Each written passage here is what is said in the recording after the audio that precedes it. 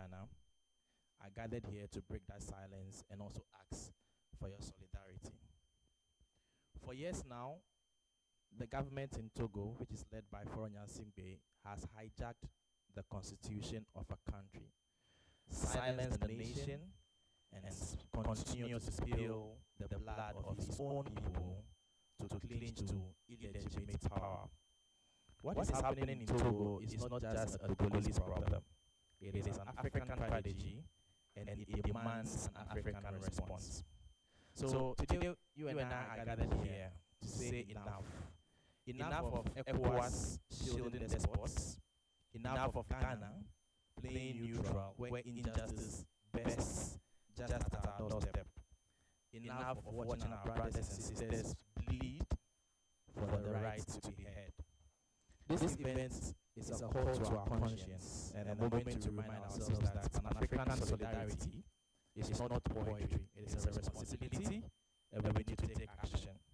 So, as you are joining us today here, you'll be listening to stories, you'll be watching pictures, and we'll also be watching videos of things currently ongoing in Togo. I want us together to take action, support our brothers in Togo, and help them fight and get their constitution back. Thank you so much, and you're welcome once again.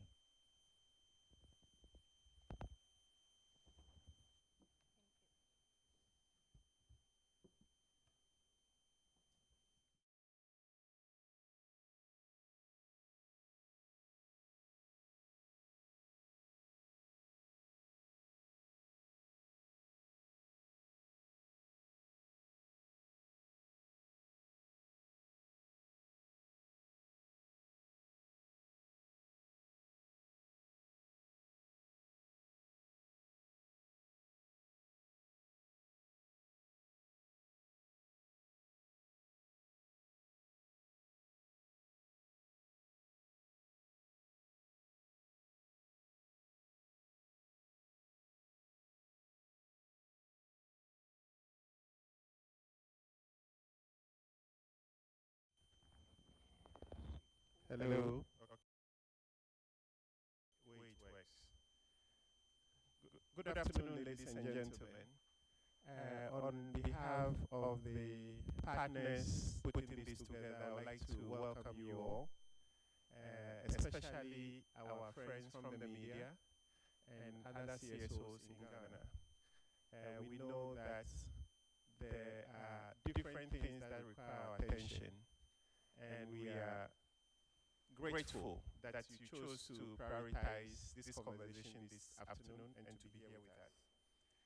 Our brothers and sisters in Togo continue to fight and spill blood and sacrifice for some of the privileges and rights that we take for granted here in Ghana. And it should be a matter that concerns us all for various reasons. Unfortunately, we haven't seen this issue get the attention it demands from us as Ghanaians, including from our government. So we are hoping that this conversation will be the beginning of that change, where both as citizens across the border, as Pan-African brothers and sisters, and as a responsible government across the border, as Pan-African brothers and active engagement, as a responsible government across the border, as Pan-African, have abandoned our role as Ghanaians. We have abandoned our historical role when it comes to issues of political struggle on the continent. Unfortunately, in the case of Ghana, it is not just that we have abandoned our role. We have even gone as far as, in the case of Ghana, it is not our brothers and sisters in Togo. If you recall, a couple of years ago when they were on the verge of victory, our president, the then President Akufo-Addo, invited the leadership, the opposition leaders, and those in charge, those leading the struggle to come to Ghana for negotiations at the request of the Togolese president, when he saw that it was game over for him. Unfortunately for them, it was a trap. They came here and our government unfortunately betrayed them and they killed the struggle and they went back and many of them were locked up or compromised. And we apologize on behalf of that irresponsible action by our government at the time. We are hoping that the new times will bring new attitude towards the issue in Togo and see a more responsible engagement from our government. We also want to appreciate our brothers and sisters in Togo and beyond who are sacrificing, who are showing courage, even under the extremely difficult circumstances, to continue to fight and to lead the struggle. We want to appreciate those who have given their lives. Even in the recent last week's struggle, people were killed, and many others have been killed over the years. There are many others in prison. We want to appreciate and recognize them. And then those who, by the grace of God, are still here. Some of them don't have the privilege of doing it on the streets of Togo, but they are doing it impressively from wherever they are. We want to appreciate you all and say that we see you and we stand with you all. Lastly, I want to say that by quoting this famous quote that power concedes nothing without demand, it never has and it never will. Power concedes nothing without demand, it never has and it never will. By Frederick Douglass. And it basically means that Four is not going to wake up one day and tell the people of Togo, oh, my people, I have enjoyed enough, so I'm handing over, or that you have suffered enough, so I'm having mercy on you. It will take work, it will take mobilization, it will take demand, it will take fight to make sure that this happens. So in this regard, I want to invite Ghanaian civil society. We like to talk a lot about democracy. We like to talk about our Pan-African heritage. I think that we can do more in engaging on the Togolese issue and also supporting our brothers and sisters who are at the forefront, and also to call on our government and both the Foreign Ministry and the Presidency. I think that based on our history, we have a bigger responsibility that we have demonstrated so far, and I'm hoping that we will respond to the call from our brothers and sisters in Togo to intervene and engage the government, whether through ECOWAS or bilateral engagement, to help the people of Togo to free themselves from this long 60-year dictatorship. I thank you all, and I wish us a fruitful conversation this afternoon.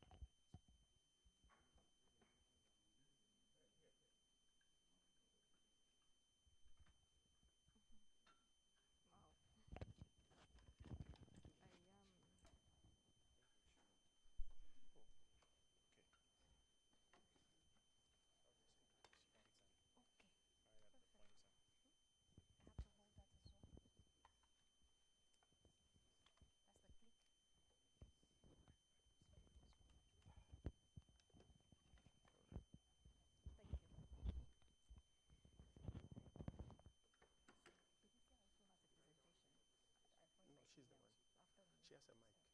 So put your mic on her. Yeah.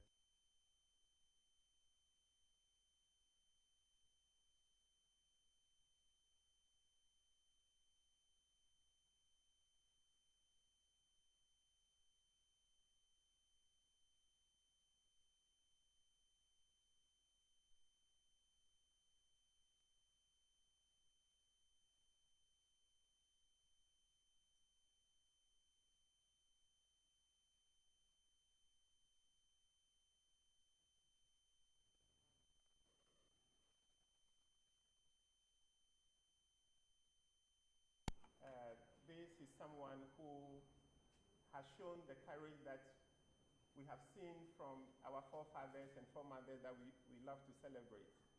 When I introduce them, what I say is that we like to celebrate the likes of Mandela and Nkrumah and all that. Everything we celebrated about them, I see it in her. She is the founder and executive director of Katutu.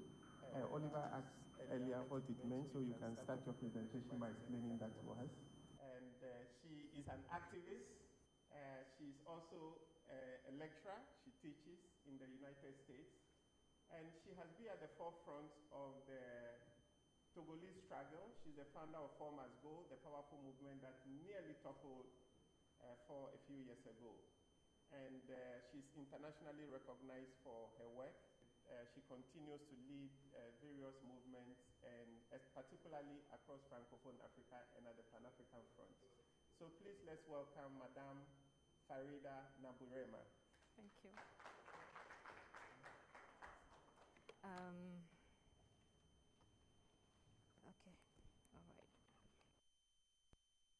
Okay, all right. Thank you so much, Maoli. Can you all hear me? All right, we don't have the best sound system because the hotel has filled us, but that is something we'll settle later on. So I would like to, first of all, thank you all so much for being here today to help us technically better amplify the struggle of the Togolese people. I would like to thank my countrymen that have also managed to come all the way here from Lomé, despite the difficult situation that we are going back home, that is happening back home.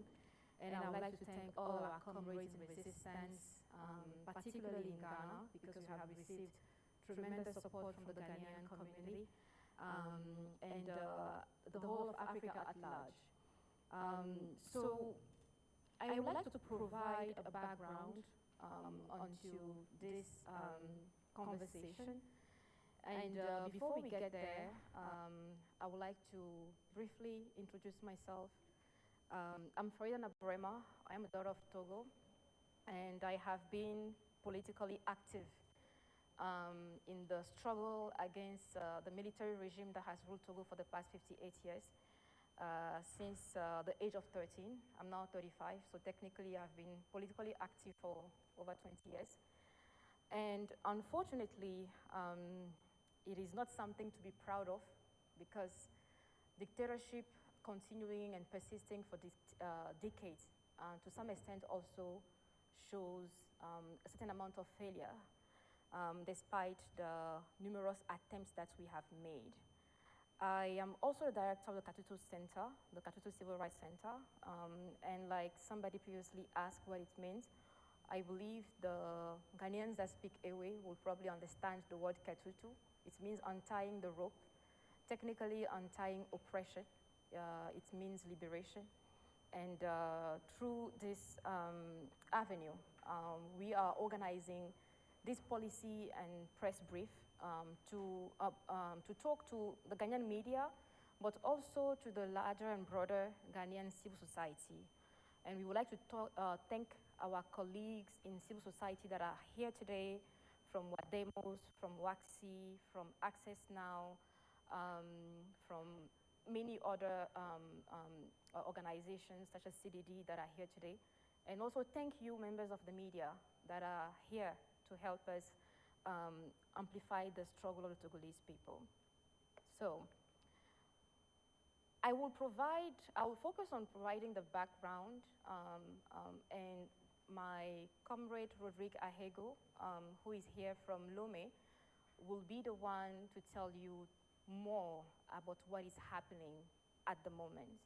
My job is to provide the historical background, and that is extremely relevant because our resistance is a continuation of, as a sequence of events, and focusing on what is happening now without really understanding where we come from can lead to confusion. So we need to provide that historical background to help you, members of the media and CSO and the larger public, truly understand the resistance movement in Togo. So like many of you already know, sorry, I think I'm struggling with this click, if you don't mind. All right. It's not working.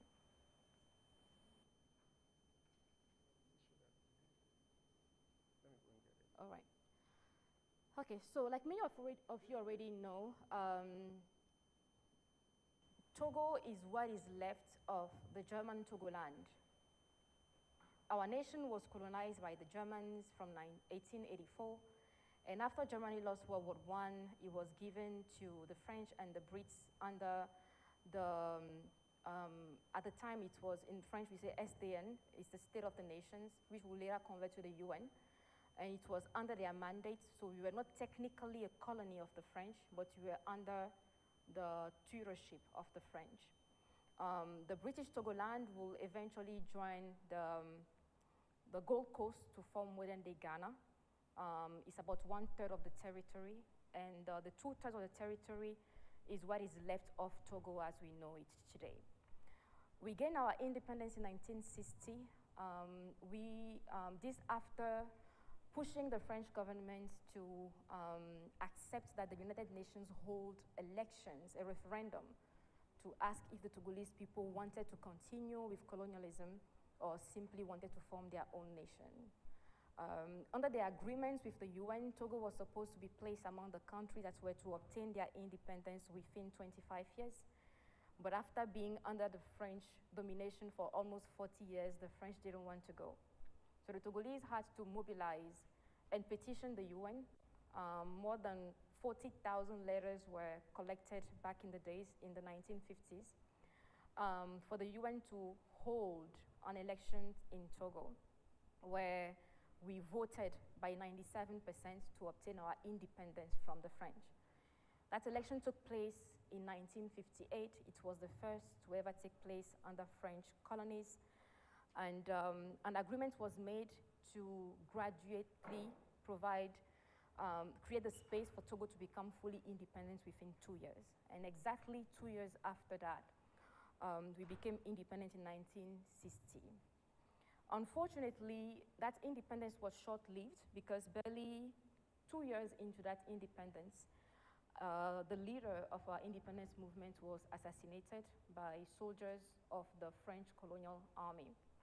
The official reason that was given is that these soldiers were, Stephanus Olympio refused to integrate the colonial soldiers into the Togolese army.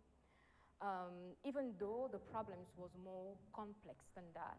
Stephanus Olympio was accused by the French of being too Anglo-Saxon.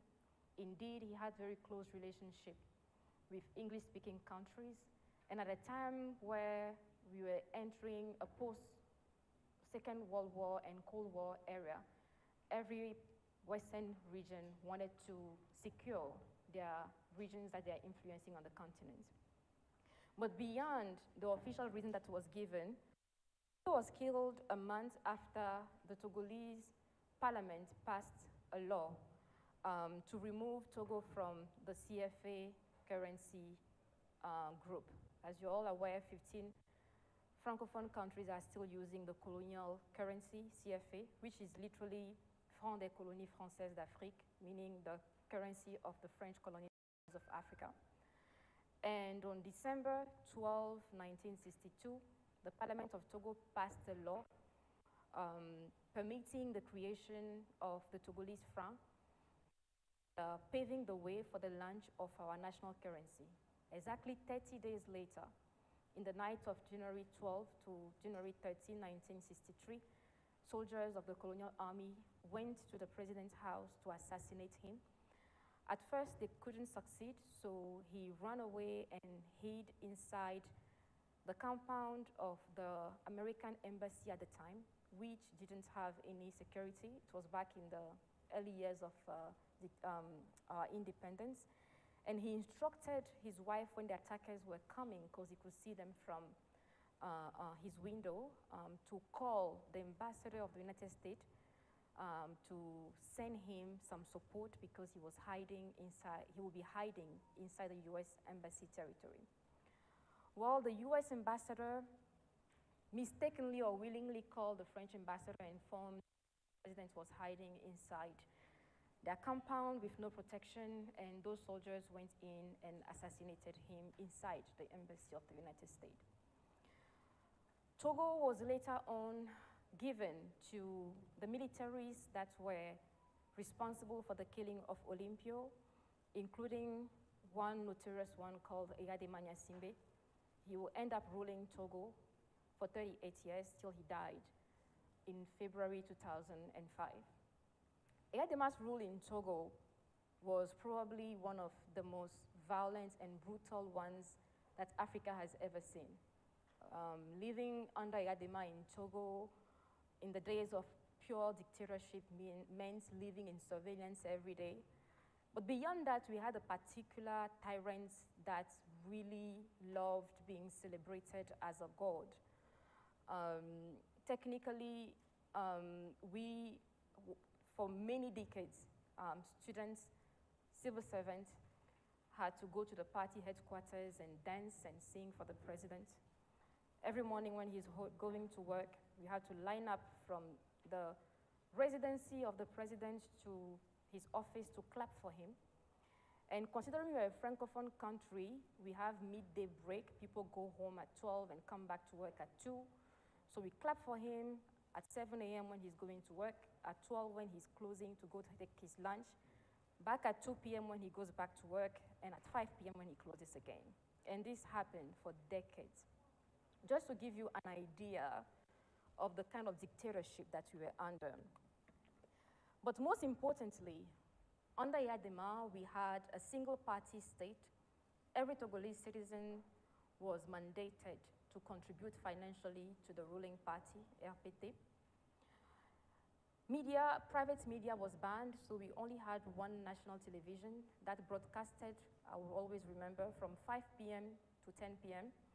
And about 80% of the broadcast time was us seeing the dictator on TV, technically. Beyond this, under Eyadema, we were literally living ostracized from the world. Even basic books about democracy, governance were banned in Togo. A lot of authors were banned in Togo. And in public schools, it was forbidden to teachers to teach certain topics such as democracy or anything around politics, to be honest. Teachers will be arrested and abducted because they made comments in their classrooms that the regime believed was against the rules that they set. But in the early 1990s, like it was the case with many other African countries, the Togolese people rose massively against the dictatorial regime. We had one of the first, okay. Even the key wouldn't work. It's fine. Your clicker isn't working, and the keys aren't working. Nothing is working. It's okay.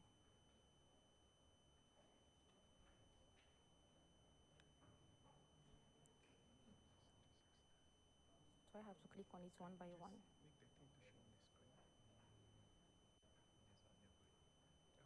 Okay. So I'll have to do it one by one? Okay. All right. Okay. Sorry. This was technically the funeral of Sylvanus Olympio. This is Eyadema coming to power. So the first uprisings in Togo were in the early 1990s. Thousands of Togolese citizens were killed in those uprisings. The civil servants in Togo led the longest strike in our history of strikes. Not a single administration was working. Even the private sector was on strike. And thousands of people were attacked. Soldiers were deployed into neighborhoods, going home to home, killing, arresting. That caused the first wave of Togolese people fleeing their country, with over 100,000 actually fleeing into Ghana, and some never really left. Many others fleeing into Benin. Neighborhoods were technically empty. It was a true political cleansing of citizens.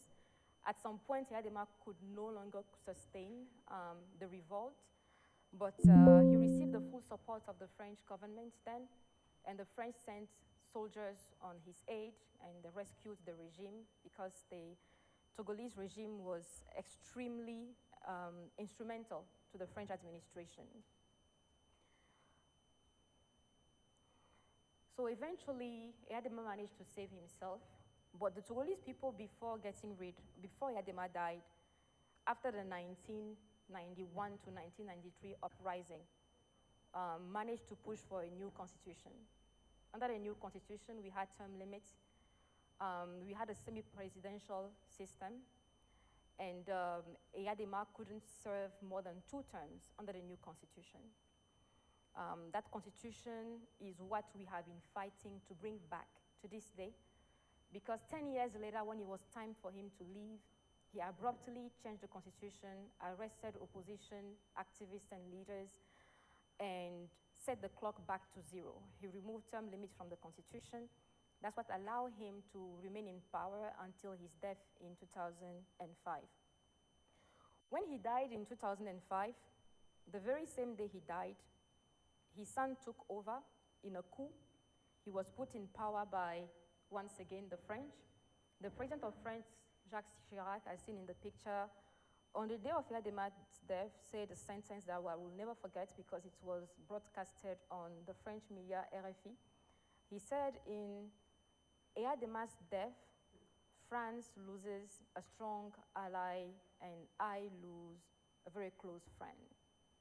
The French threw their entire support behind his son, who took over illegally, because our constitution required that the head of the parliament will be the one to serve when there is vacancy and then run elections. Unfortunately, the head of the parliament at the time was exiled to Benin. And when the international community, the regional institution, reacted against that coup, they called for the full respect of the Togolese constitution. So what did they do? They convened the members of parliament, of course, by over 90% from the ruling party, into a meeting. And under 1 hour, they modified the constitution to include a new clause stating that some members of parliament can be appointed by other members of parliament, even though technically they can only be elected. And after adopting that new constitution, they now appointed Faure Gnassingbé as a member of parliament and elected him as the head of parliament, and then elected him as head of Togo. So within 1 hour, Faure Gnassingbé moved from becoming a citizen to becoming a member of parliament to the speaker of the parliament and then president of Togo, and it happened in 1 hour in 2005. The Togolese people wouldn't have it. They resisted this. They rushed the presidential elections, and those were the most violent elections in the history of Togo. They really realized that the people were mobilized. Participation rate was over 80%. So when at some point they realized there was no way for them to fraud the elections, they deployed soldiers to polling stations, and those soldiers actually beat and killed and stole the ballot boxes. As a matter of fact, you can go on YouTube and Google Togo election 2005. You'll find a video of soldiers running with ballot boxes. The official explanation was that the military was protecting the ballots from the opposition thugs. Then the army counted the votes and informed us that Faure Gnassingbé won the elections. And that's how Faure Gnassingbé became president of Togo. The Togolese got in the streets, protested against the scam, and more than 1,000 Togolese people were massacred between April 24, 2005 to April 29, 2005. They sent military trucks, helicopters into residential neighborhoods, and they were shooting. Thousands of Togolese people fled the country again, and it was probably one of the most brutal moment in the history of our nation. So Faure Nyasimbe managed to serve for 20 years officially. He clocked in 20 in February this year. And under those 20 years, he changed, just like the son of his he's a true son of his father. In 20 years, he changed the constitution 4 times.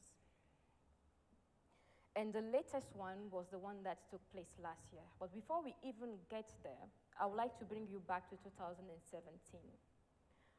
So from 2014, the Togolese people started protesting, demanding the reinstatement of the 1992 constitution. Why? Because it was the only constitution that was ever voted by the people of Togo in a referendum. And Yadema removed term limits from that constitution in 2002. In 2014, what did Faure Nyasimbe do? He convened the members of parliament of his party to introduce a bill that aimed at reintroducing term limits into our constitution. And he instructed the same members of parliament to vote against the bill that he himself introduced. And they all unanimously, all 60 of them, against it. And the official response he gave to the citizen is that he himself wants term limits, but the members of parliament who are the representatives of the people are opposed to term limits. And there is absolutely nothing he can do about it. So Togolese citizens started protesting about this, and gradually in 2017, a new party that was formed called PNP, the Pan-African National Party, by TP Achadam, managed to mobilize for a huge protest on August 19, 2017. On that day, they killed multiple citizens. It sparked an outrage. Citizens' movements, political parties all formed a coalition, and that sparked 8 months of uninterrupted protests in Togo. From August 2017 to June, I think between June and May and June 2018. In those 8 months of protests, more than 1 million people were protesting in Togo in 14 different cities. And there were Togolese protests held in a total of 42 countries globally.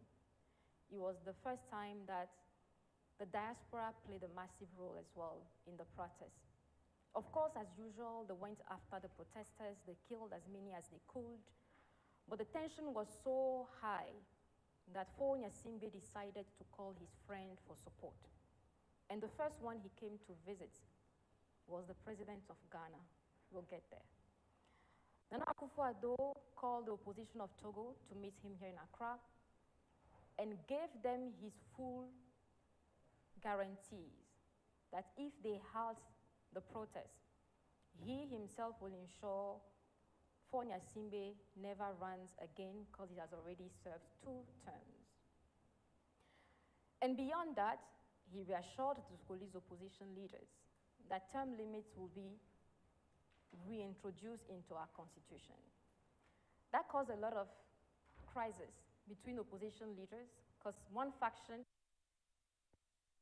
Fuado, unfortunately, I was one of those, and another faction believed him because he gave them the guarantee that for someone who has fought against single party in Ghana for so many years, and him being a constitutional lawyer, he understands the Togolese people.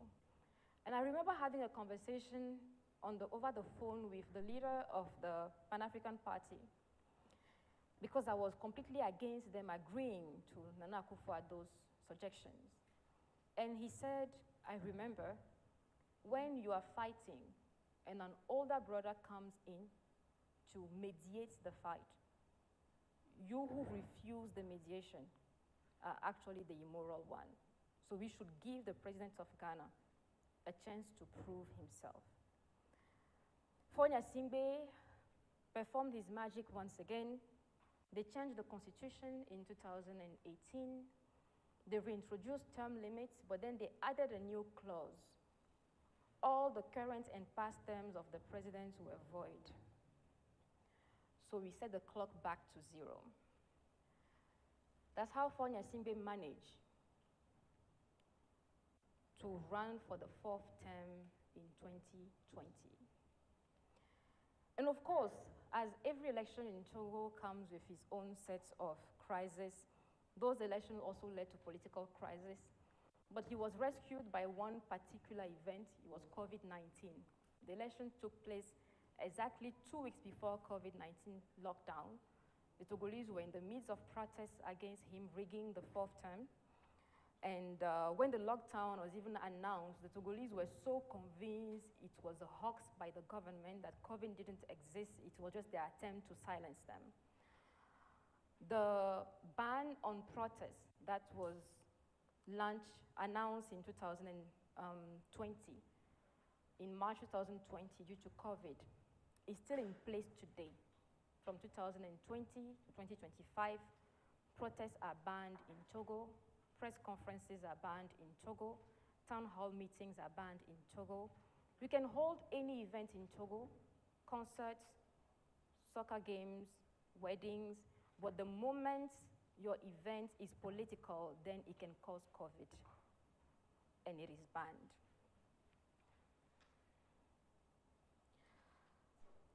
Over the past 5 years, the Togolese people have clearly understood that Fonyasimbe has no intention to leave power. But one thing we didn't anticipate was how meticulous he will get at his game. And we have to admit that he's really good at what he does, which is frauding and abusing the trust of the citizens of Togo.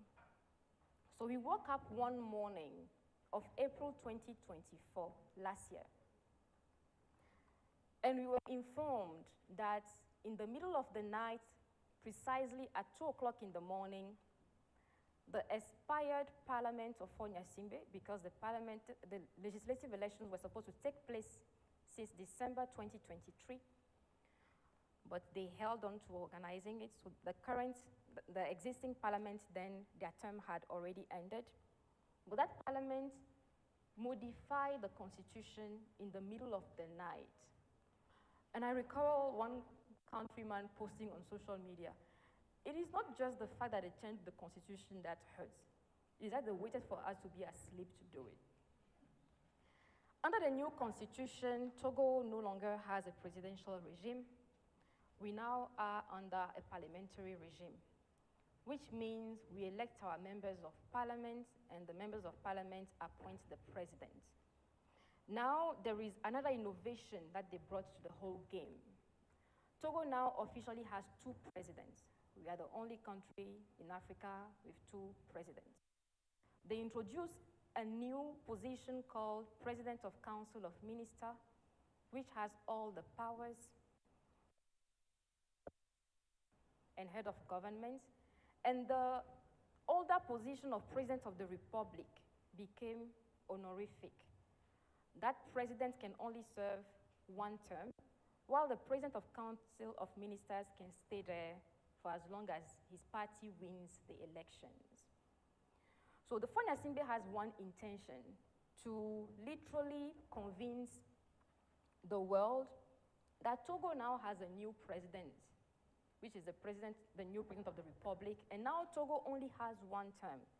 So they invested massively in propaganda, had different media houses across the continent, published articles saying Togo becomes the first country in Africa to have just 1 term, not knowing that term is for a president that has absolutely no power, and that is just as important in the politics of Togo as Emmanuel Adebayo. 2 weeks after changing the constitution, they organized the parliamentary elections, and they claimed their party won 97% of the seats. They got 108 seats over 113. And those members of parliament exactly 1 month ago, in May 2025, on May 6th to be precise, now announced Fonya Simbe as the new President of Council of Ministers, and they appointed an 86-year-old man as the President of the Republic. So this is our President of the Republic. He's 86 years old, and Fonya Simbe is the President of Council of Ministers with all the powers. Of course, the Togolese, as usual, started speaking up against it. We had one particular musician and activist who has been very vocal against the regime for some time, but even more vocal over the past 1 month since this shenanigan took place. His name is Amron. Amron started using his platform to call against the new Fifth Republic, and on May 26th, exactly 20 days after Fonya Simbe took office as President of Council of Ministers, Amron was arrested by over 50 military men. A couple of days later, he posted a video, this one, from a psychiatric center in which he informed us that he was going through mental depression, that we shouldn't take anything he said seriously, and that he was receiving treatment. So in Togo, the army treats mental health issues.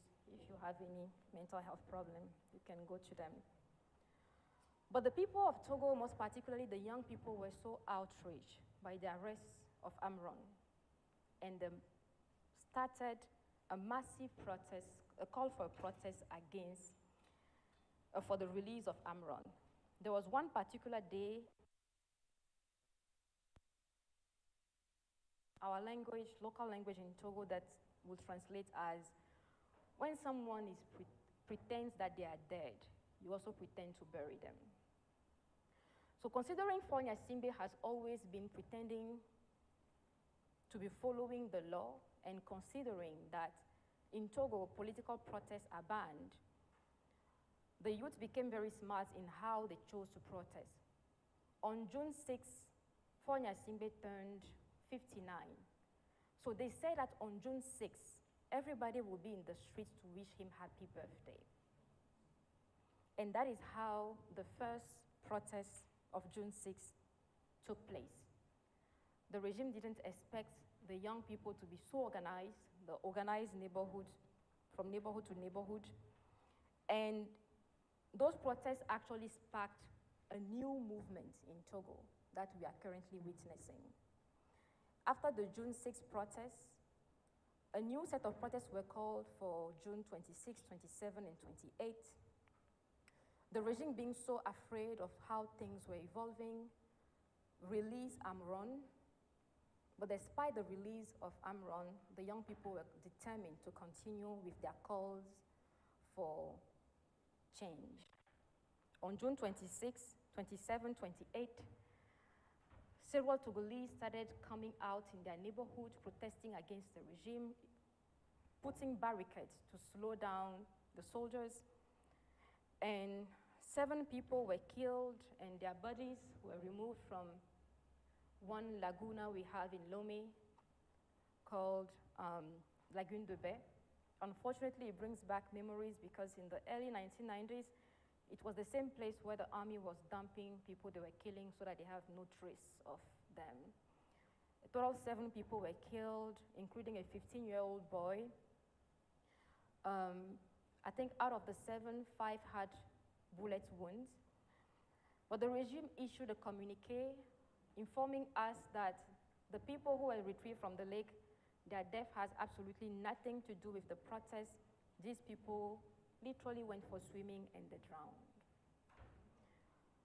Interestingly, this is a very dirty laguna that nobody swims in, but it happens to be people with gunshots that were swimming that day and drowned.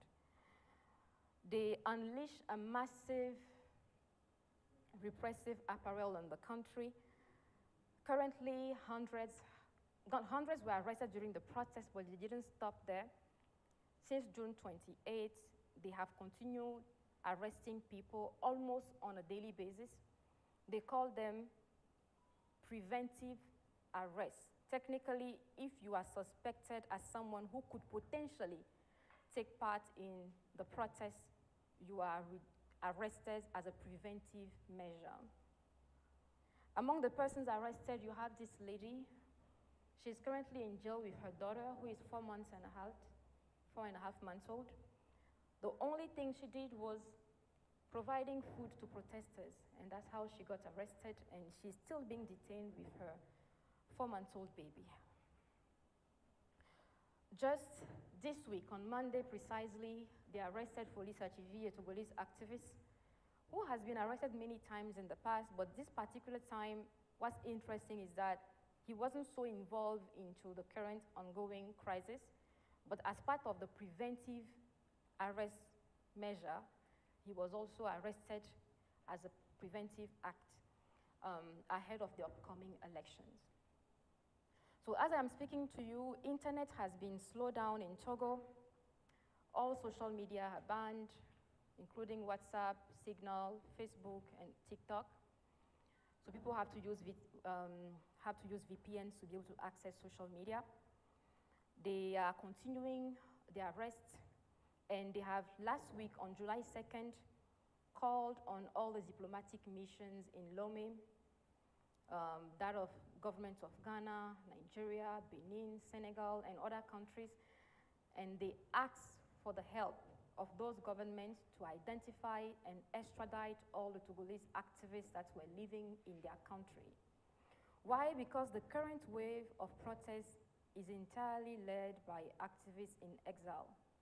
The regime is used to a model where political parties call for protests, then they can negotiate with them, or they can arrest a few and corrupt a few others. But this time around, the protests are coming entirely from the grassroots, not from the political parties, and all of the known leaders of the movement are outside of Togo. So they are putting in every effort to make sure they extradite the Togolese that are leading the protests outside of the country. So I'm going to stop here, and I'm going to invite Mrs. Felicia Antonio, who works with Access Now. She will tell you a bit more about the ongoing internet shutdown, because her organization focuses on doing forensic on digital censorship. And after her, I will have my countryman, Rodrigue Ahego, who lives in Togo, is a journalist himself like you, and he will tell you more about what is currently happening in Togo. Thank you very much.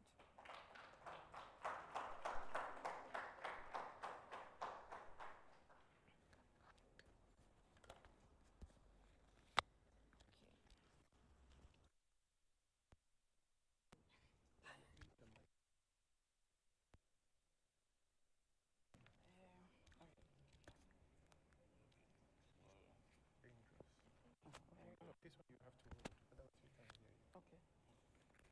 So I have to put my laptop. Can I take this out? Is it? Do I still need to use this, or will it be projected for me? So how Supposed to be here. To change the slides, You want or I use it myself? Okay, if you can. you need the password connect Yes. this for the to Wi-Fi? it. Connect this to take this and connect. Okay.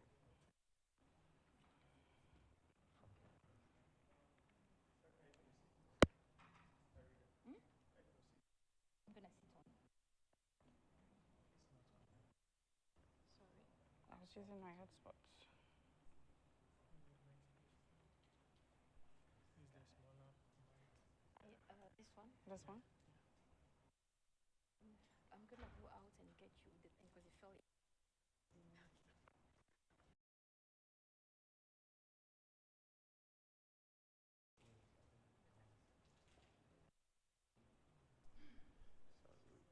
They've messed us up with The mic and the setup. Is it? Maybe. Oh, it's Farides. It's Farides. Oh, okay.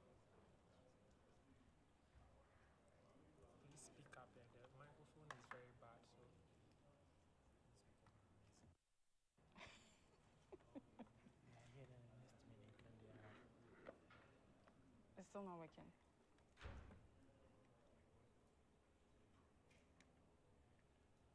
Should I bring mine? Okay. 'Cause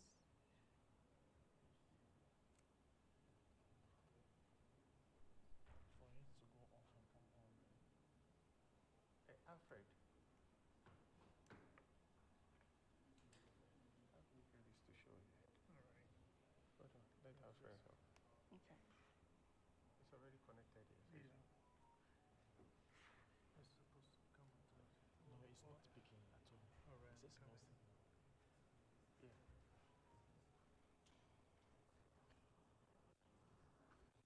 What a shame.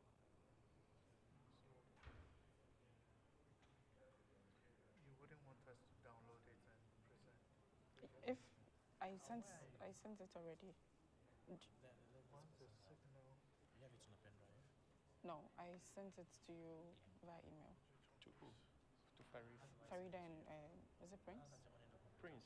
She says she sent it to you. Yes, I have it. Okay. But because the WhatsApp was on the other device, not on this device. How do I send Let me it? give my number. So what I download it? Okay, just come forward. Let me download it. Download it from file. PPT. Where is it? At the top, the first one. Well,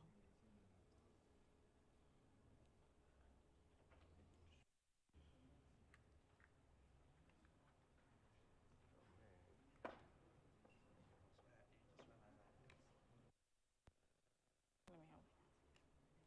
Let's go to downloads. Downloads file. Okay, since you closed the thing, Let's click on this one. It will take us there. trash. Yeah. Down. Downloads. Move into one of this, the first one.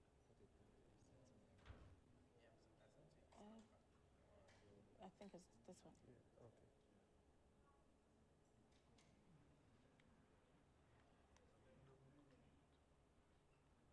Oh no, it's download. It's open. God, I wanted to transfer it to me. She But- doesn't have PowerPoint. You I try. do, but my. Are you trying to copy it? It's download. I want to open it. Yes. So you just.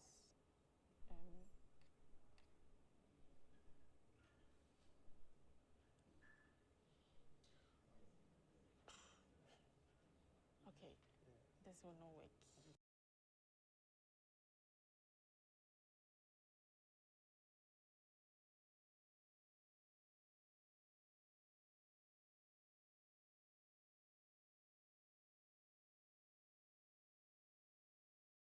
Drop it to me from your computer. Okay, that's come. Has it come?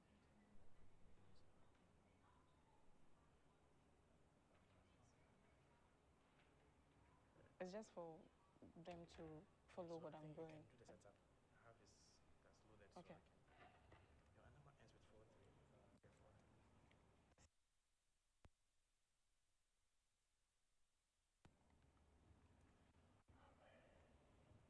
Therefore. So this. I will need a cable. Or you want to use your laptop?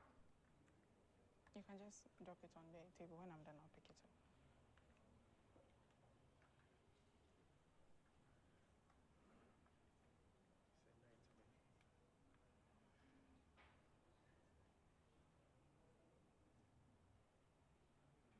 It's not picking. If it's not picking, it's fine. Yes, I'll it's just. almost 70%. Is that your screen? How do you? It's picked now. Yeah. 9%. Yes, send. Done.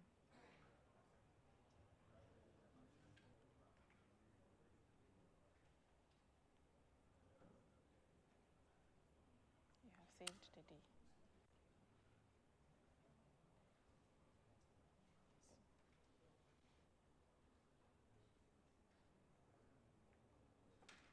Just download then.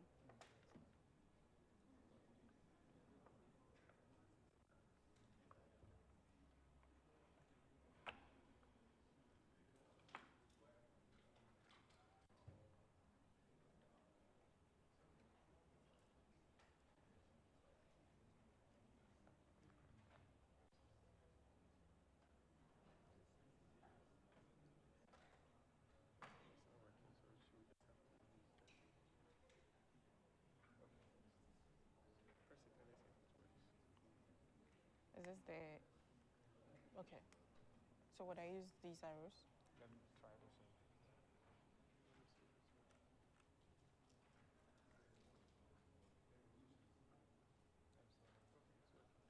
Okay, so I can use this?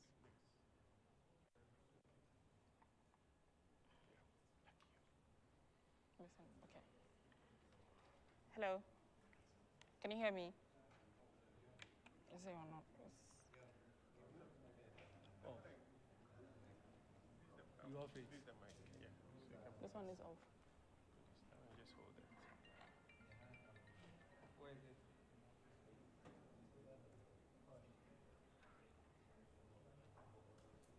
He says this one is off, so he's giving us a different mic. All right. That's what. Okay. Hello, hello. Hello, hello. Yes. All right. Sorry about the hiccup. I think we are here now. Okay, my name is, can you hear me? Okay, my name is Felicia Antonio. I work with an organization called Access Now, and I lead a campaign called Keep It On, which simply means keep the internet on. So Keep It On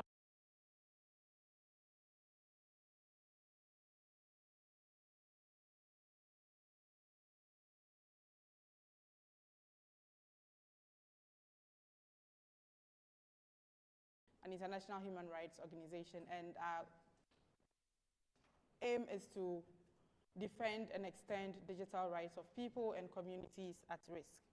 So with regards to internet shutdowns, what you have to know is that governments tend to deploy this mechanism in order to crack down on fundamental human rights, to crack down on protests, and to also cover up human rights abuses.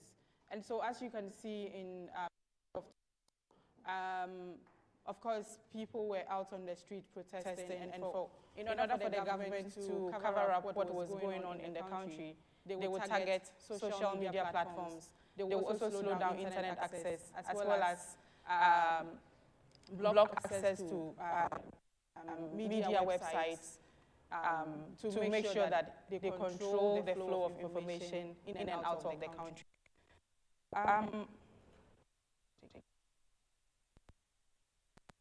So just taking you back, for those of you who are not familiar with what an internet shutdown is, this is the definition we've been working with since, and it means intentionally shutting down internet access or electronic communication devices, rendering them inaccessible or effectively unusable. And so that entails internet shutdown, blocking internet traffic completely, shutting down social media platforms or two-way communication platforms, or throttling. If in country A, the internet speed is supposed to be 4G, the government would deliberately ISPs to slow it down to 2G or 3G, which makes it impossible for you to download or send messages. Use a measure by government. An internet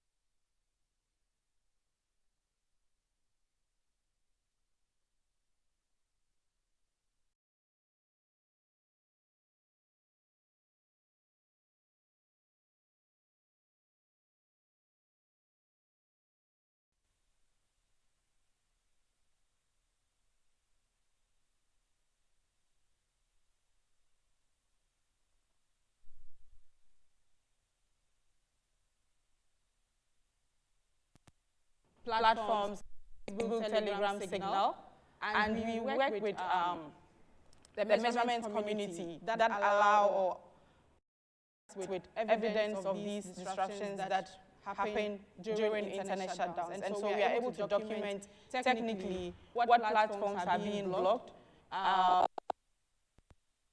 much time. So those who are interested, you can get the slides and you can learn more about this. But you can see that Telegram blocked, at least on all 3 networks in Togo, making it impossible for people to access these platforms. That very shortly. And as Farida indicated, this is not the first time the government has used this measure. During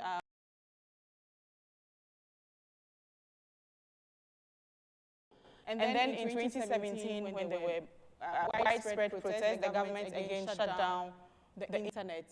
And this time, again, we saw a crackdown on protests and, of course, attacks on protesters with documented human rights abuses, including killings.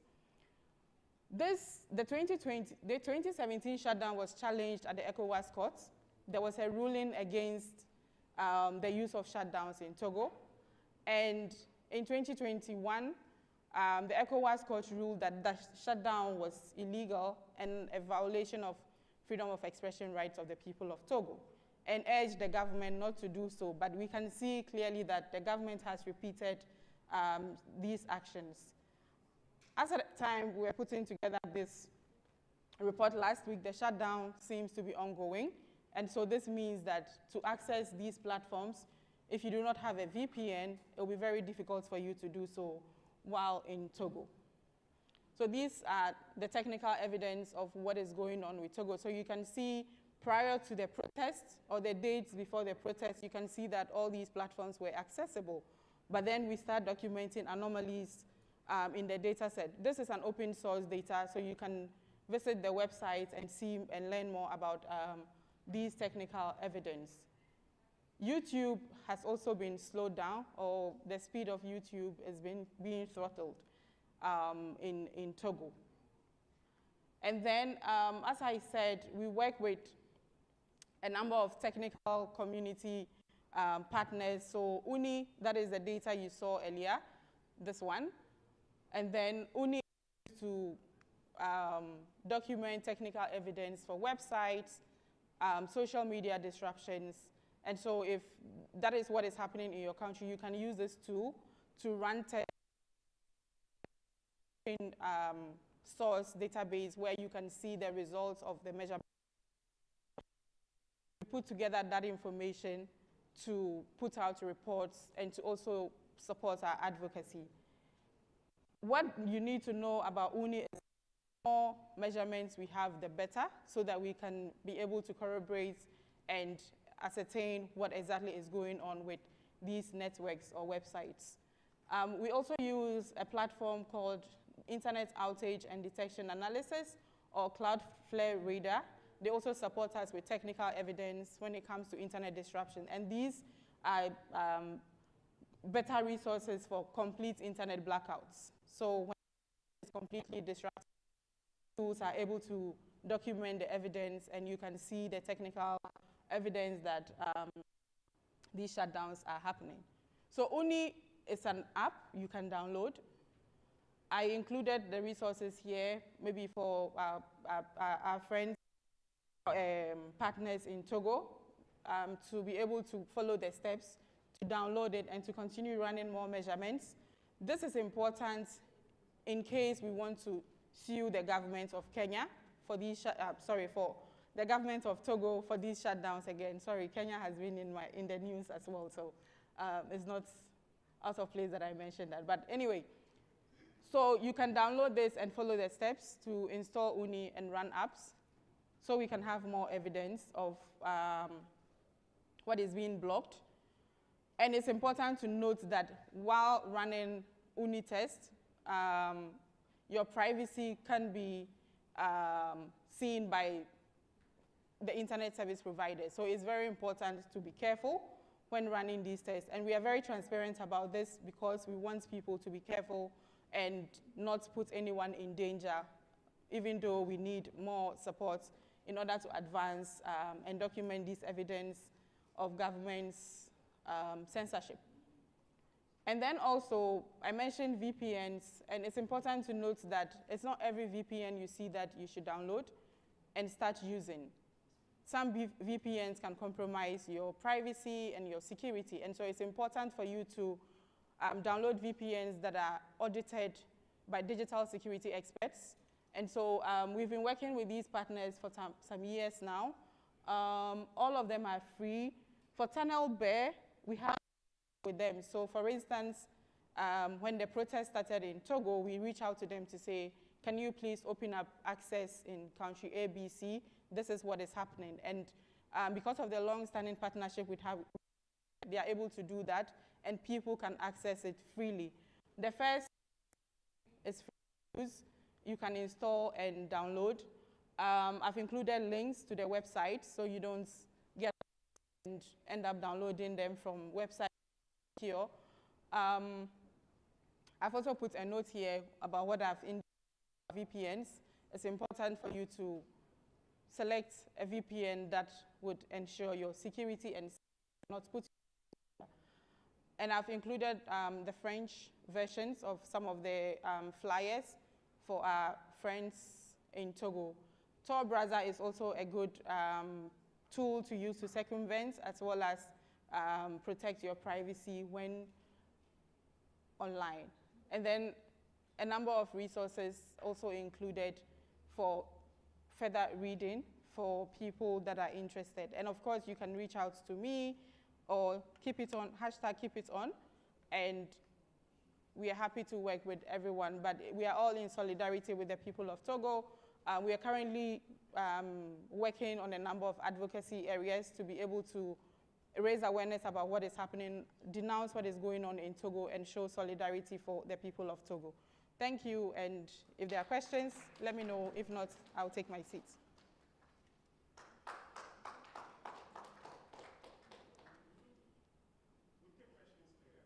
Okay. This is not my laptop.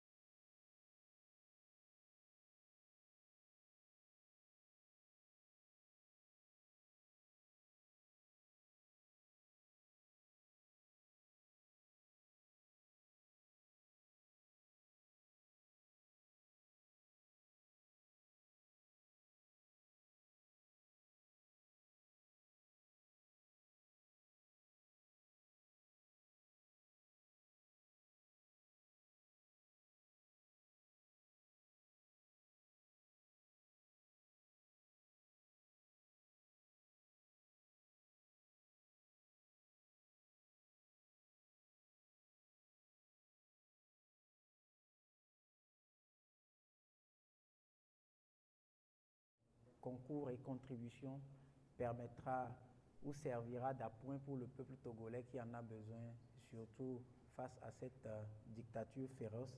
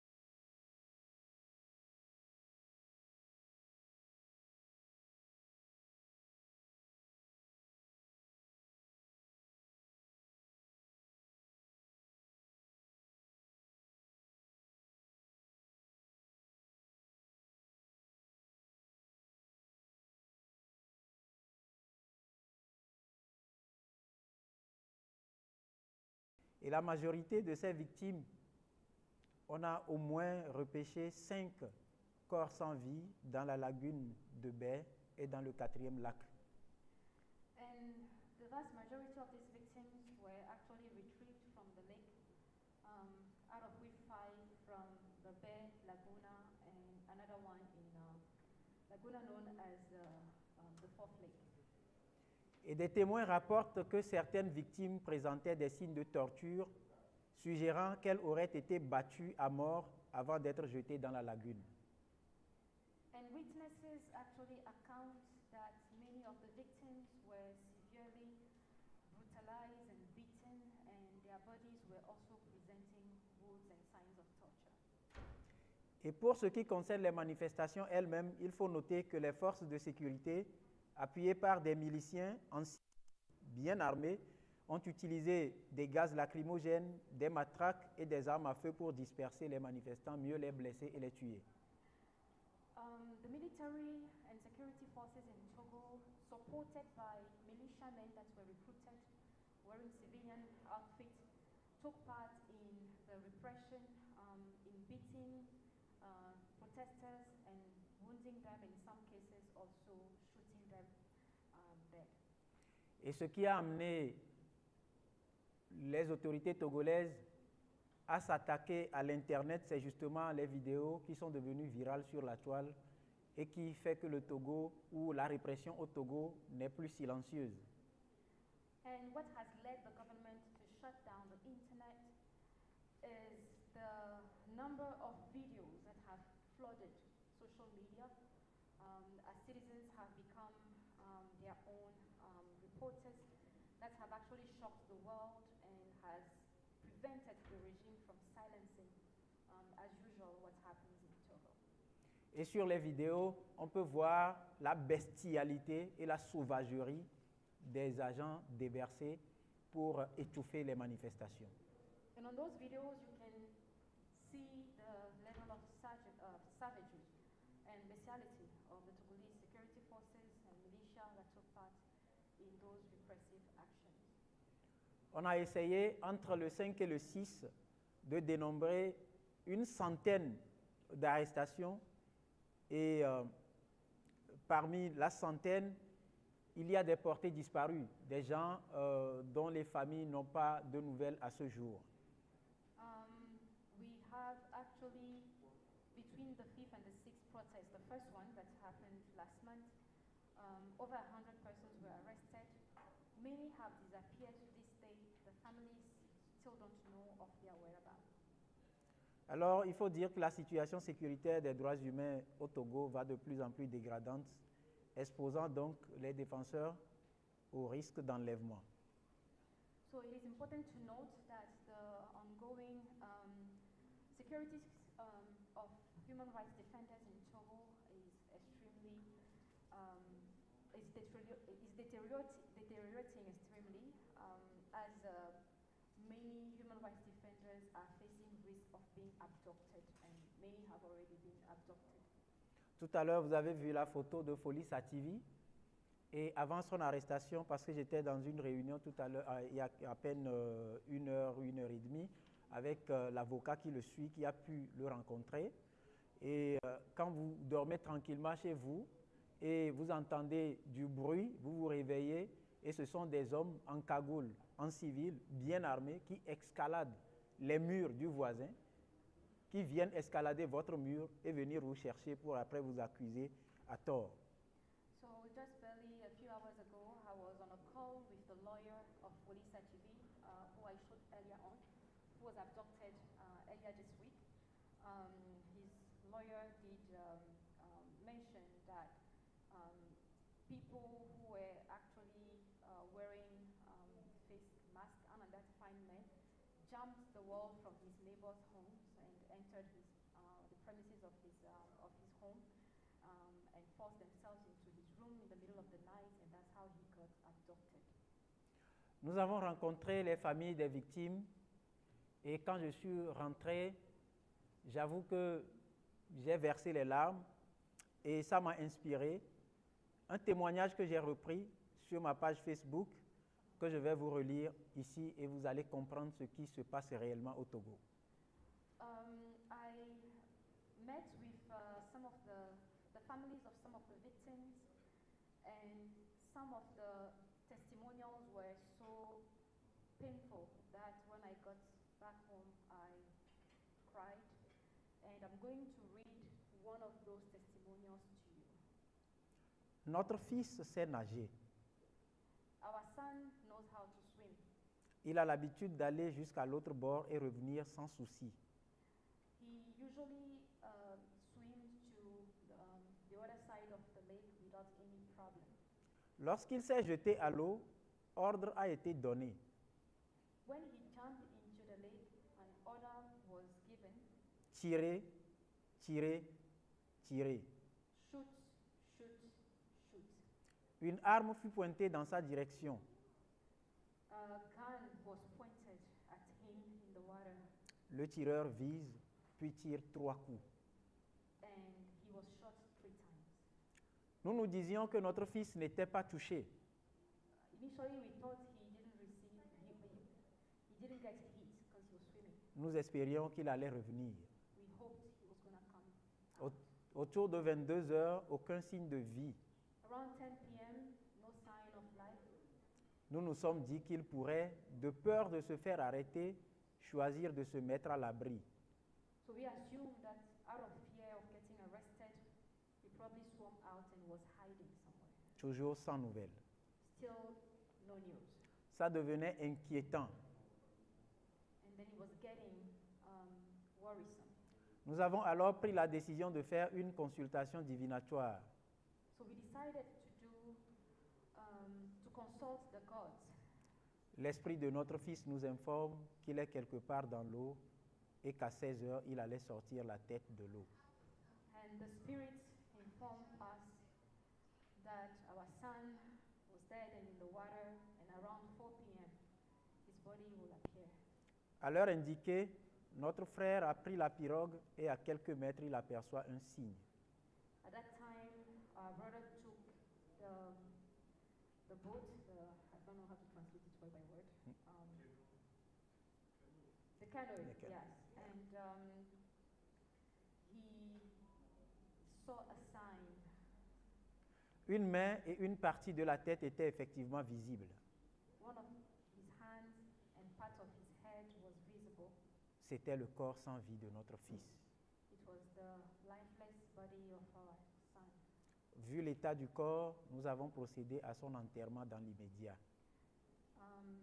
Considering the state of the body, we decided to bury him immediately. Et ce récit est glaçant. And this narration is very cold. Les larmes ont coulé et les cœurs brisés se sont exprimés. Tears dropped and broken hearts expressed themselves. Et ça, c'est un crime. And that is a crime. J'ai tenu à partager ça avec vous parce que quand on poursuit quelqu'un qui se jette à l'eau, qu'on ne sache pas si cette personne sait nager ou pas, mais qu'on choisisse de pointer une arme sur la personne et de tirer 3 coups, alors on n'a pas affaire à des agents de sécurité ni à des militaires, mais on a affaire à des terroristes. I wanted to share this story with you.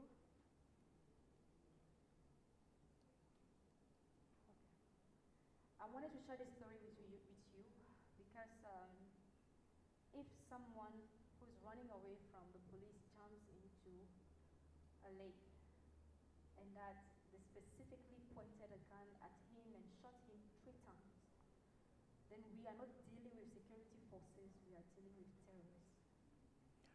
Mais nous avons affaire à un peuple courageux. But we are facing a very brave citizenry. Tout comme avant l'indépendance, le peuple a bataillé dur pour arracher cette richesse précieuse qui a été assassinée. Just like before our independence, citizens fought really hard to reclaim our freedom. La lutte continue et ce sera dans la rue. Et donc, à partir du 12 juillet, il y aura des mouvements au Togo. And starting July 25, protests will resume in Togo. Nous avons décidé de rendre hommage aux victimes à travers des offices religieux et une marche silencieuse. We have decided to pay homage to the victims through religious celebrations as well as a silent walk on July 12th. Nous serons en noir parce que nous sommes en deuil. We will be wearing black because we are mourning. On a assassiné la constitution du peuple. Ça veut dire que c'est l'âme du peuple qu'on a assassinée. They assassinated the constitution of the people, and it means that it is the soul of the people that they assassinated. Et donc nous avons décidé de nous comporter comme des veufs, des veuves et des orphelins. So we have decided to act as widows, widowers, and orphans. Et c'est pour ça qu'on a besoin de vous. And this is why we need you.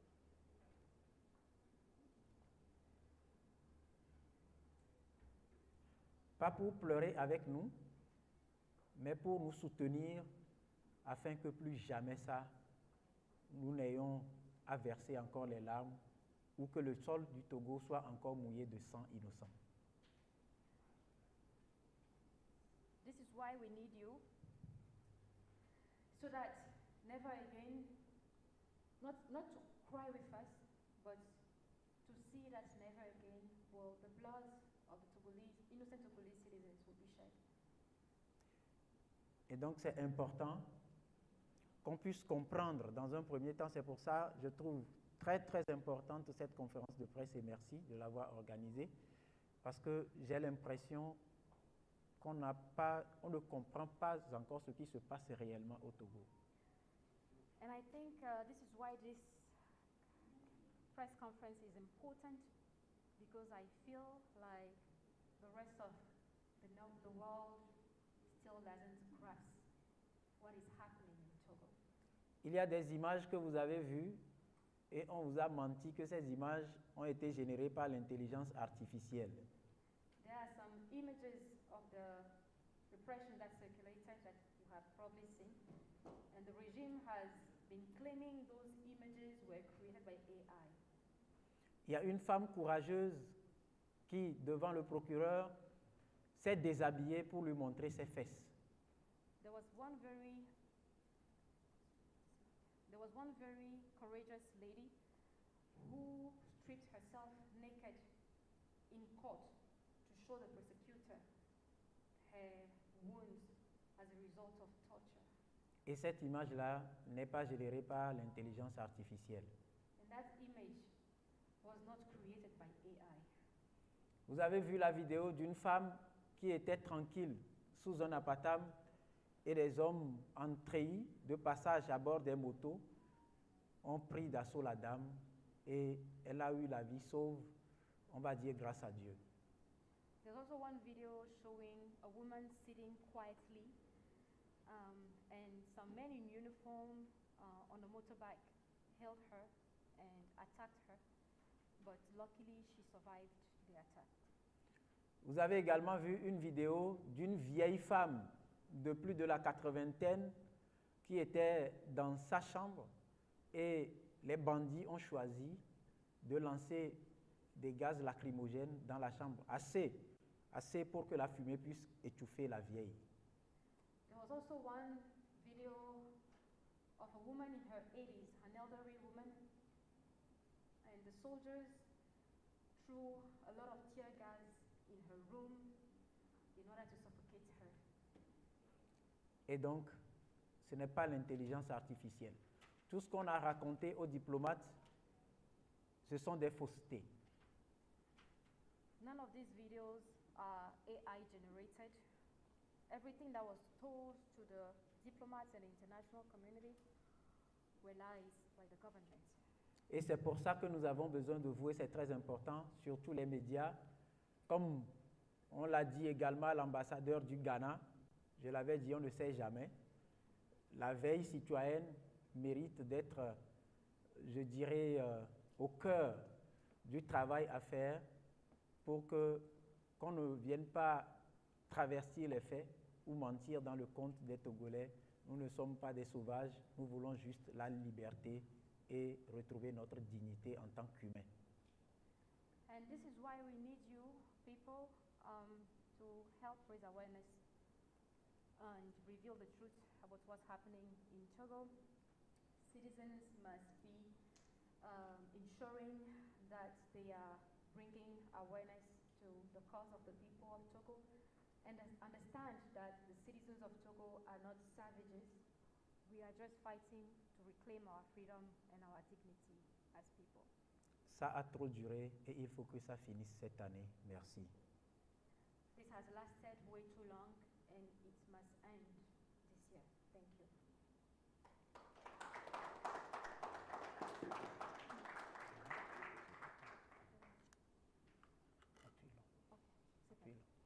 All right, so thank you all so much. We are going to invite Patience, a Ghanaian activist that has really been doing a fantastic job raising awareness on the struggle of the people of Togo on social media. The fact that Togo is a French-speaking country, unfortunately, hasn't helped us so much in raising awareness outside of the Francophone space. And seeing citizens from other African countries, especially in recent weeks from Ghana and Kenya, showing solidarity and tremendous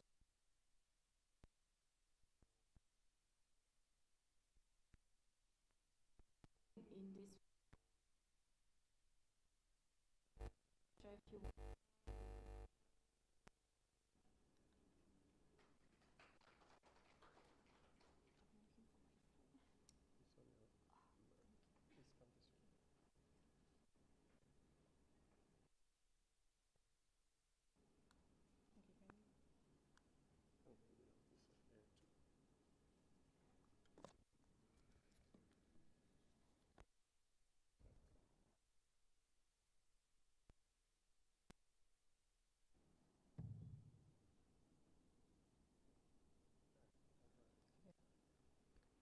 Hi everyone, good afternoon. My name is Patience. I'm a political and environmental activist. I was involved in the Stop Galamsey protest and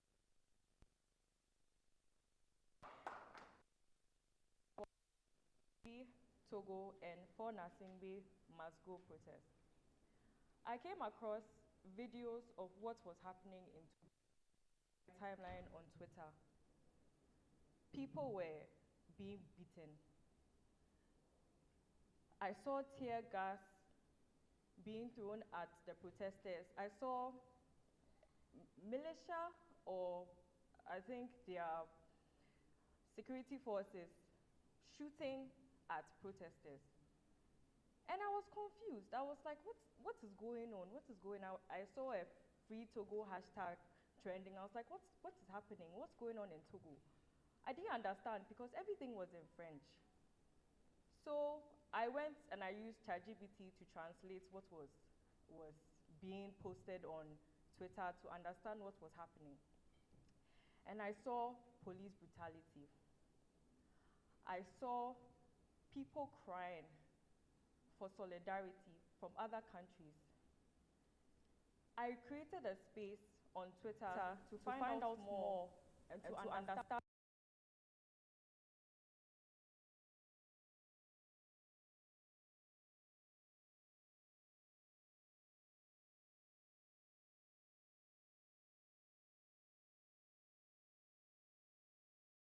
aware of this. I've not seen any media house in Ghana post anything about it. I was very surprised when I found out about it. So I asked myself, how can I help them? How can I amplify their voices? So I started making posts about what was currently happening in Togo, educating the people who obviously follow me, who are from Ghana, about what was going on. And encouraging them to add their voice, to amplify their voice for the Togolese living in Togo, because they do not have the freedom to express themselves. They don't have the freedom of speech. Freedom of speech is met with violence in Togo. Freedom of speech is met with internet shutdowns in Togo. We as Ghanaians, it is our duty and it is our job as Africans, even not just Ghanaians, as Africans, to stand in solidarity with the people of Togo, because our borders should not divide us or should not be a reason why we do not know what's going on in neighboring countries. It is our moral responsibility to accountability of foreign based regime, because what is happening in Togo is evil. It is evil. People are dying. People are dying. The people who came on my space to speak, they were crying and they said that they felt so isolated. They felt like nobody cared about what was happening in Togo. And I said that I will put my 10 toes down and stand behind them.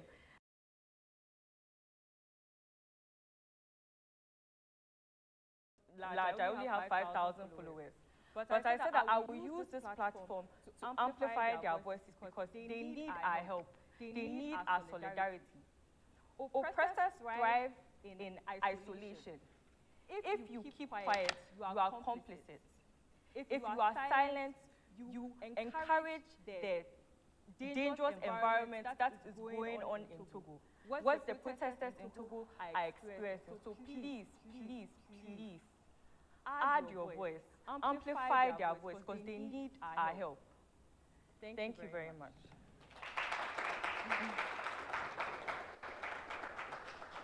Before you go,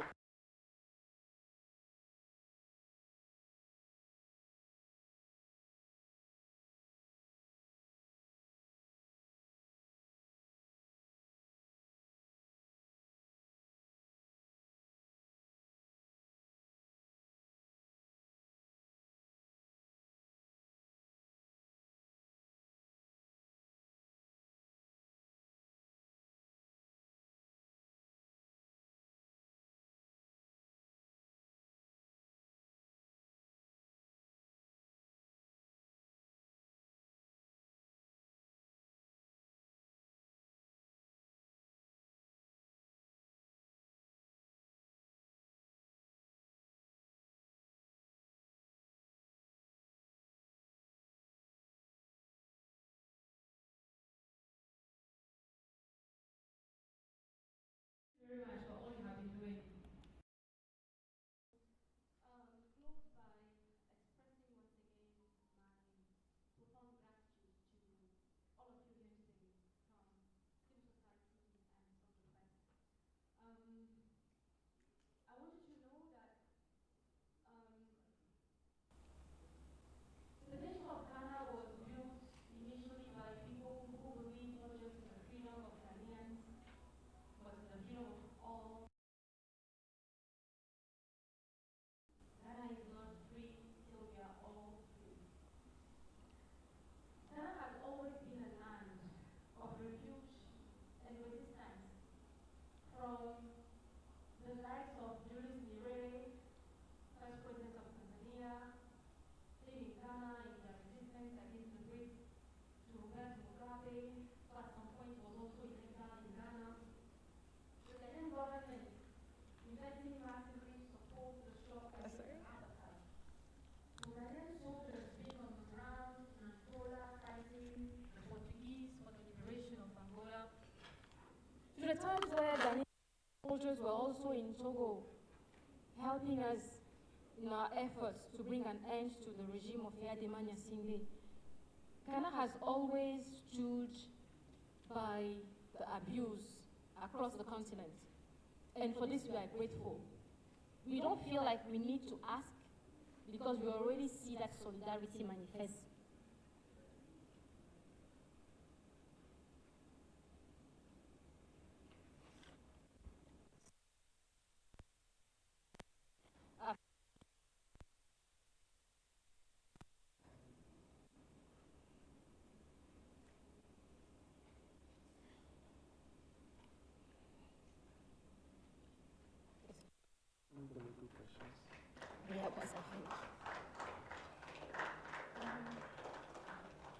thank you. I try to spare you the horrendous images of the atrocities happening in Togo because I believe they are easily accessible and I don't wish to bring back more trauma. But before we close, I would like to issue a couple of recommendations to the Ghanaian government partake in the Togolese government's efforts to track, abduct, and extradite Togolese activists in Ghana. Unfortunately, this has happened before. There were even times that Togolese soldiers entered the Ghanaian territory and arrested people on the Ghanaian soil, which is a violation of international law. There were times where Togolese activists were actually assassinated on the Ghanaian territory. Ghana tends to be the nation that the Togolese run to at times of crisis for a variety of reasons. Number one, you are a neighbor. Number two, we share almost everything in terms of culture. The only difference is the colonial language we speak. I actually find it funny that some Ghanaians are surprised when I tell them we have Fantes in Togo, we have Ashantes in Togo, we have the Goma in Togo. Technically, more than 40 ethnic groups that you find in Ghana are also present in Togo. And they're even more shocked because a lot of them assume that when you see Togo, it's just the people from the Volta region and the Ewe. We share the same groups, the same cultures, the same story, the same traditions, the same beliefs. So, to be honest, we are technically sibling nations. And whatever is happening in Ghana, in Togo, not only concerns Ghanaians, but also impacts Ghana in many ways. We are demanding that the Ghanaian government also plays a leadership role at the regional level within the regional body called the ECOWAS. We do understand that that body has failed the Togolese people on many occasions, probably because the leaders within the regional bloc at a certain time were mostly all exhibiting authoritarian tendencies, all attempting to seek third or fourth terms, so they would rather be quiet on what is happening in Togo. But the government of Ghana should show that leadership and take a strong stance against the atrocities happening in Togo. It is unfortunate that within the region, it is only when a coup takes place that governments are vocal and the ECOWAS issues sanctions. The ECOWAS Protocol of Democracy and Good Governance has dozens and dozens of laws and regulations and freedom of even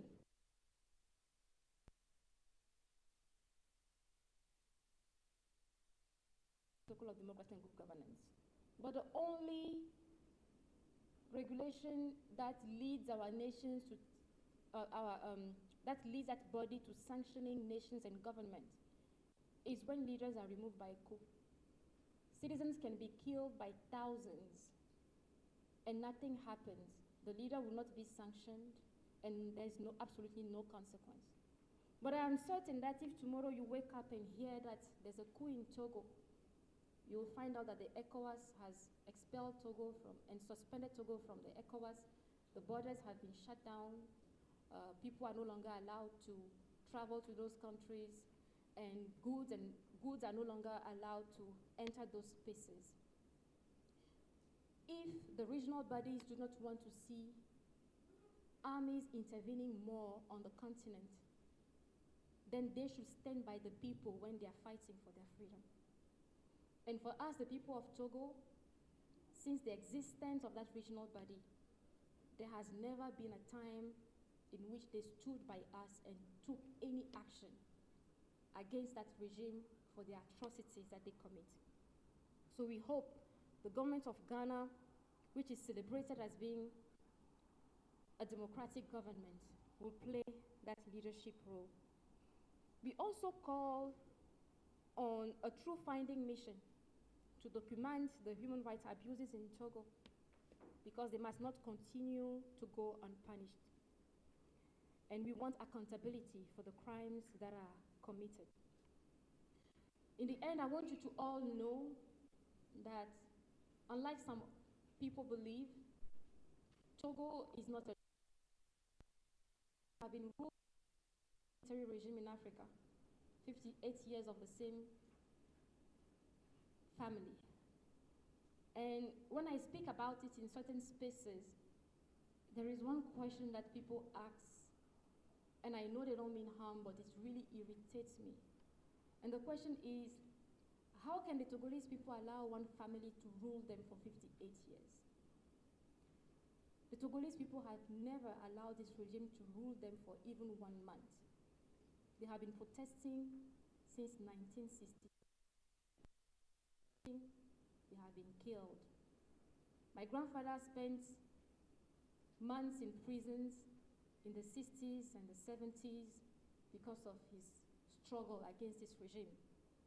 My father spent time in prison in the 70s, the 80s, the 90s, the early 2000s against this same regime. And I have been involved in this struggle since 2003 against this regime. I'm using the example of my family to illustrate how generations of Togolese have been fighting non-stop for decades against this regime. There are thousands of families like mine in which the grandfather, the father, and the grandchildren, the grandmother, the mother, and the grandchildren have all been activists, have all paid a heavy price for their activism. So we never allowed this regime to roam freely. The Togolese are not weak, as people assume. The Togolese have given their all, but we just happen to be very unfortunate to have a small land, a small population, be francophone, and we have neither oil. That is the reason why our struggle goes unnoticed. But we are very resilient. And because I have seen firsthand effort that the Togolese are putting and investing into this struggle, resources, human resources, and more, it gives me hope. But beyond hope, I am certain that we will overcome. And like our independence leader said the night of our independence, Sentinelle, que dis-tu de la nuit?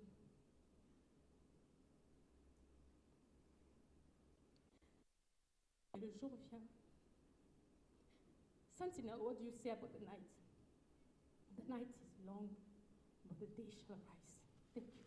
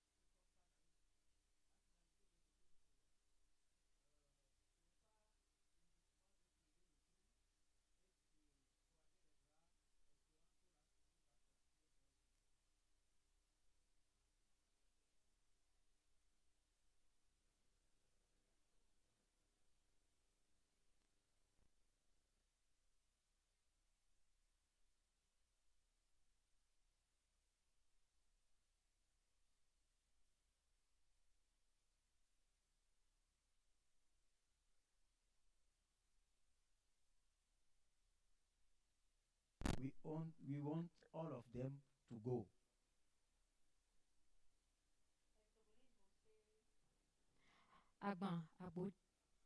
Is that, and we are going to move step by step.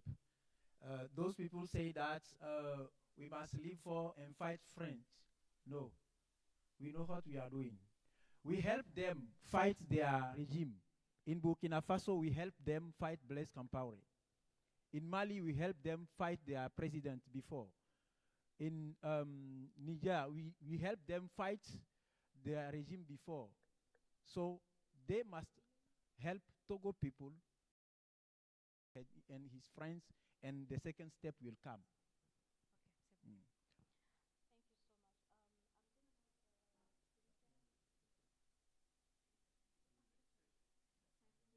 I'm going to have patients actually in.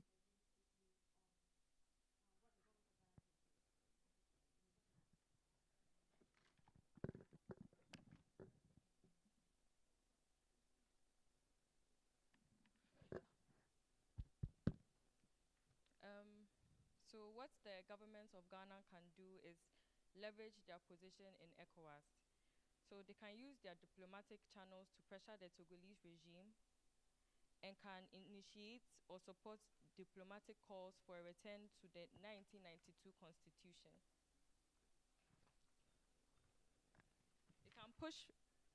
The government of Ghana can push for dialogue between civil society and the Togolese regime, either directly or through ECOWAS. The Ghana Ministry of Foreign Affairs can issue public statements condemning the human rights violations that are happening in Togo. They can also offer protection and support to Togolese refugees and activists that are targeted by Faure Gnassingbé's regime. We can call for international oversight as well. Ghana can lead efforts at the African Union to open investigations into the arrests, abductions, and killings that